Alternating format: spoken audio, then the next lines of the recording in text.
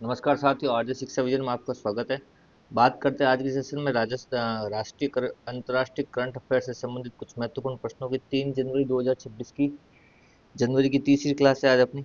शुरू करते हैं आज का टॉपिक। पहला प्रश्न देखिए, हाल ही में भारतीय सेना की किस डिवीजन ने 1212 किलोमीटर की लंबी यात्रा साइकिल के द्वारा सफलतापूर्वक पूरी की है?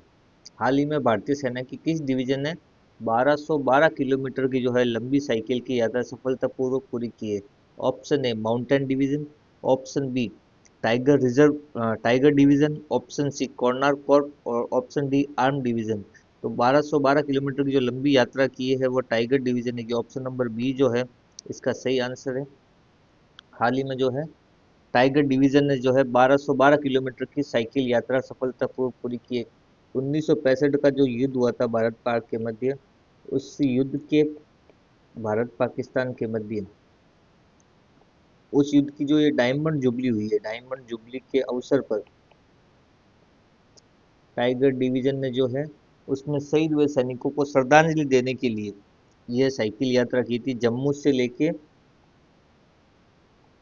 से केलोंग जो हिमाचल प्रदेश में है वहां तक की यात्रा की है, फिर वहां से वापस जम्मू की तरफ। 1965 में भारत पाकिस्तान के मध्य जो युद्ध हुआ था उसमें जो सैनिक शहीद हुए थे उन सबको श्रद्धांजलि देने के लिए टाइगर डिवीजन ने ये 1212 किलोमीटर की लंबी यात्रा की। जो यात्रा इन्होंने जम्मू से शुरू की और जम्मू से केलोंग हिमाचल प्रदेश तक गए, फिर हिमाचल प्रदेश से वापस जम्मू तक आए। तो इस कुल मिलाकर 1212 किलोमीटर की ये इन्होंने यात्रा की है श्रद्धांजलि के लिए। अगला प्रश्न देखिए, भितरकनिका नेशनल पार्क कहाँ स्थित है? भितरकनिका नेशनल पार्क कहाँ स्थित है? Option A Orissa, option B Kerala, option C Karnataka, option D Tamil Nadu. तो भितरकनिका जो नेशनल पार्क है अभी चर्चा में था, ये ऑप्शन नंबर ए उड़ीसा में स्थित है। चर्चा में क्यों था?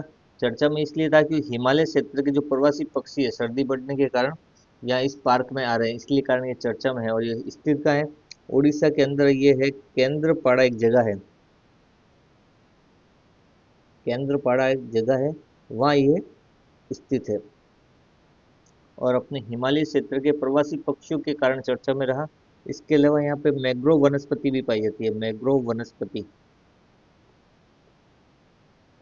और तीसरी बात जो इसकी प्रमुख है वो है एक हिमालय क्षेत्र के जो पक्षी आते हैं, हिमालय क्षेत्र के प्रवासी पक्षी, हिमालय के प्रवासी पक्षियों के लिए प्रसिद्ध है। उसके अलावा यहाँ खारे पानी के जो मगरमच्छ है वो जाए पाए जाते हैं, खारे पानी में रहने वाले मगरमच्छ, खारे पानी के मगरमच्छ की संख्या सबसे अधिक है यहाँ पे। हाल ही में ये चर्चा में रहा अपने हिमालय प्रवासी पक्षियों के कारण। अगला प्रश्न देखिए, तीसरा प्रश्न, निम्नलिखित में से कौन पहली बार केरल लिटरेचर फेस्टिवल 2026 में हिस्सा लेंगे? पहली बार केरल लिटरेचर फेस्टिवल होगा 2026 में, हिस्सा लेंगे। Option A Javed Akhtar, option B Tulsi Gabbard, option C Sunita Williams, option D Manoj Shukla. तो पहली बार जो हिस्सा लेंगे इसमें वो option number C Sunita Williams जो है इसमें इस बार हिस्सा लेने भारत आ सकती है। पूर्व अंतरिक्ष यात्री है सुनीता विलियम, पूर्व अंतरिक्ष यात्री है भारतीय मूल की, वो इसमें पहली बार हिस्सा लेने भारत आ सकती है। 22 जनवरी से ये 22 जनवरी 2026 से ये शुरू होगा केरल लिटरेचर फेस्टिवल, जिसमें सुनीता विलियम्स जो हिस्सा लेने आएगी। इसका ये नौवां संस्करण है इस बार, नौवां संस्करण। सुनीता विलियम्स का जन्म कहाँ हुआ है? जन्म तो इनका अमेरिका में हुआ है, लेकिन इनके पिता जो थे दीपक जी वो गुजरात के रहने वाले थे, इसलिए भारतीय मूल के सुनीता विलियम्स जो इस बार केरल लिटरेचर फेस्टिवल 2026 में हिस्सा लेने भारत आ रही है। अगला प्रश्न देखिए, चौथा प्रश्न, देश का पहला हाईवे सुरक्षा कवच टीएमए कहाँ लॉन्च किया गया है? देश का पहला हाईवे सुरक्षा कवच टीएमए कहाँ लॉन्च किया गया है? Option number A Pune, option B Mumbai, option C Nagpur, option D Gandhinagar. ये है हाईवे की सुरक्षा करने वाला हाईवे कवच टीएमए जो हाल ही में पुणे में जो है लॉन्च किया गया है। सही इसका आंसर है वो option number A Pune, Pune में ये लॉन्च किया गया। टीएमए की फुल फॉर्म क्या होती है? Truck mountain.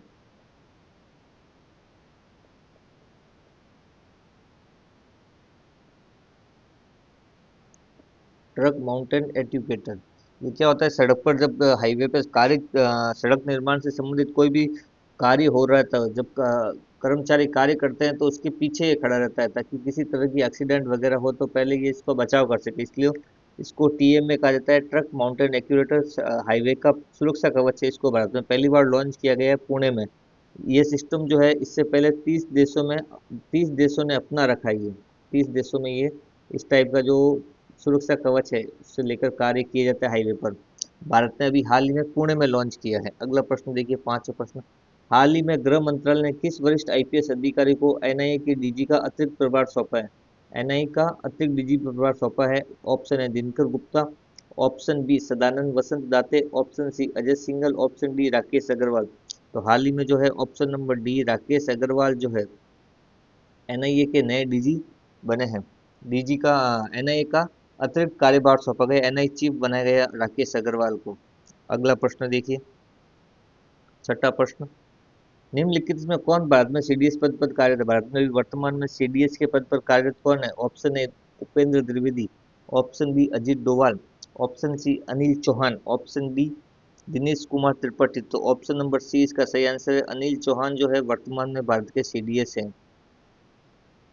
अगला प्रश्न देखिए, सातवां प्रश्न।